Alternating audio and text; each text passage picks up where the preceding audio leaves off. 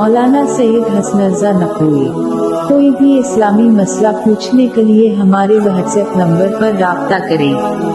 031353055123। औज़ु बिल्लाहि मिनश शैतानिर रजीम। बिस्मिल्लाहिर रहमानिर रहीम। इन्नल्लाह व मलाइकतहु युसल्लूना अलन नबी या अय्युहल्लज़ीना आमनू सल्लु अलैहि व सल्लिमू तस्लीमा। अल्लाहुम्मा सल्लि अला मुहम्मदिन व आलि मुहम्मद व अज्जिल फरजहुम।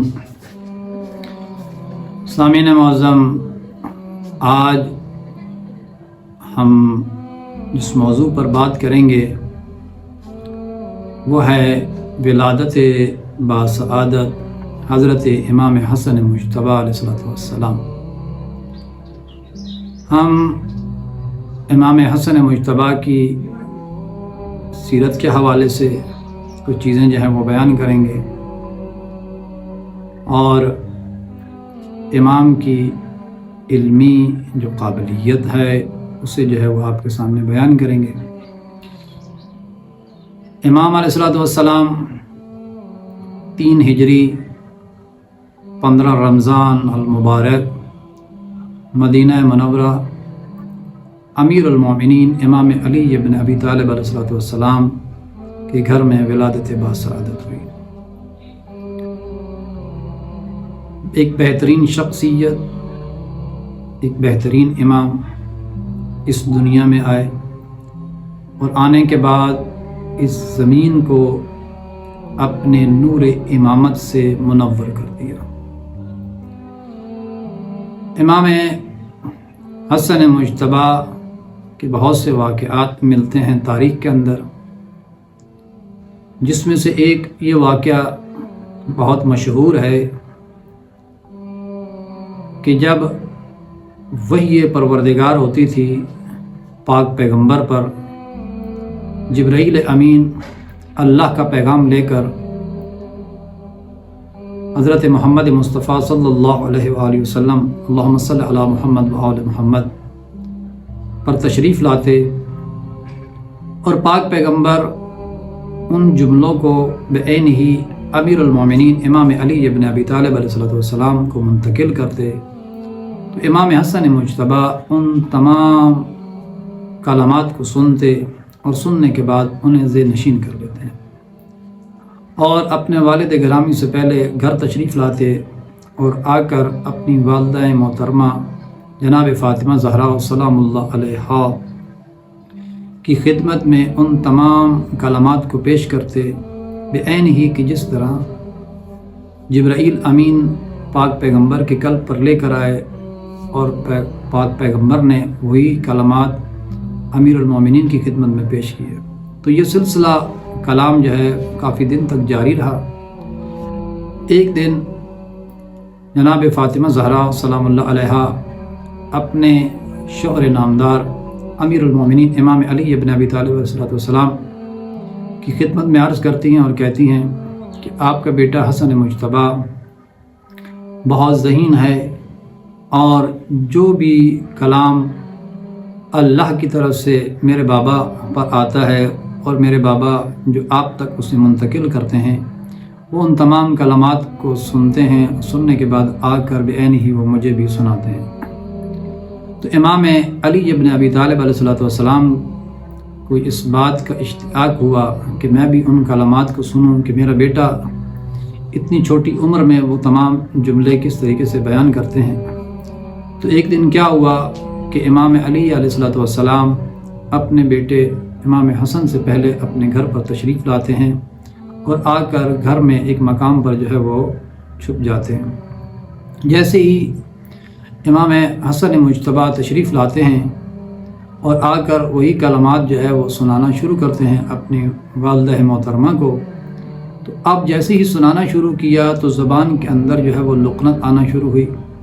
तो फ़ौरन कहते हुए नज़र आते हैं कि अम्मा जान, मुझे ऐसे महसूस हो रहा है कि इस घर में, हमारे इस घर में मेरा बाबा अली इब्न अबी तालिब अलैहिस्सलाम मौजूद हैं कि जिस वजह से मेरी ज़बान के अंदर जो है वो लुकनत आ रही है। तो ये है वो शख्सियत इमाम हसन मुज्तबा की जो बचपने ही से ही एक इल्मी घराने में पैदा हुए और इल्म से जो बहुत लगाव था। इनके बहुत से जो है वो वाक़यात जो है वो मिलते हैं तारीख़ की औराक के अंदर। तो मैं एक दो चीज़ें आपकी खिदमत में पेश करता हूँ। हज़रत इमाम जाफ़र सादिक़ अलैहिस्सलाम अल्लाहुम्मा सल्लि अला मुहम्मद व आले मुहम्मद फरमाते हैं कि हज़रत इमाम हसन अलैहिस्सलाम एक सफ़र पर थे और इनके साथ औलाद ज़ुबैर में से एक शख्स था जो आपकी इमामत का एतकाद रखता था। तो दौरान सफ़र आपने पानी के मकामात में से एक मकाम पर पड़ाव किया और आपकी मसनद एक खजूर के दरख्त के नीचे लगाई जो खुश्क हो चुका था, और इस ज़ुबैरी का बिस्तर एक दूसरे दरख्त के नीचे लगाया गया। ज़ुबैरी ने सर ऊपर किया और ये ख्वाहिश जाहिर की कि ऐ काश इस खजूर पर ताज़ा खुरमे हो जाते हैं। ये ख्वाहिश जाहिर कर रहा था। इमाम हसन अलैहिस्सलाम अल्लाहुम्मा सल्लि अला मुहम्मद व आले मुहम्मद ने इससे कहा, क्या तू ताज़ा खुरमे खाना पसंद करता है? ज़ुबैरी ने अर्ज़ किया, हाँ। आप अलैहिस्सलाम ने आसमान की तरफ हाथ को बुलंद किया और कोई दुआ पढ़ी जो मुझे समझ न आई। ज़ुबैरी कहता है कि मुझे वो समझ न आई कि इमाम ने क्या दुआ मांगी। तो इसी असना में वो खुश्क खजूर का दरख्त सरसब्ज हो गया और अपनी असल हालत में आ गया और इस पर ताज़ा खुरमे जो है वो लग चुके थे। बस वो साहरबान जिसने ऊँट का किराए पर दिए हुए थे वो बोला और वो कहता है कि ये तो जादू है। इमाम हसन अलैहिस्सलाम ने फरमाया, तेरे लिए वाइल हो, ये जादू नहीं है, ये फ़र्ज़ंद रसूल की दुआ है कि जो परवरदिगार आलम ने अपने बारगाह इलाही में कबूल की है और इस दरख्त को सरसब्ज़ बना दिया है।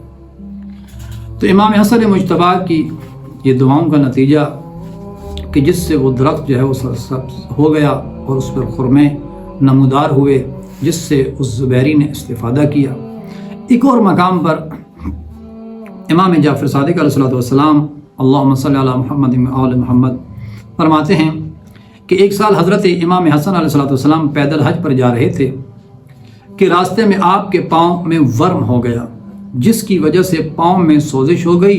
ग़ुलाम ने अर्ज़ किया, ऐ मौला, अगर सवार हो जाएं तो आपको सुकून मिल जाएगा, कि भी आप सवारी पर आ जाएं आपको सुकून मिल जाएगा।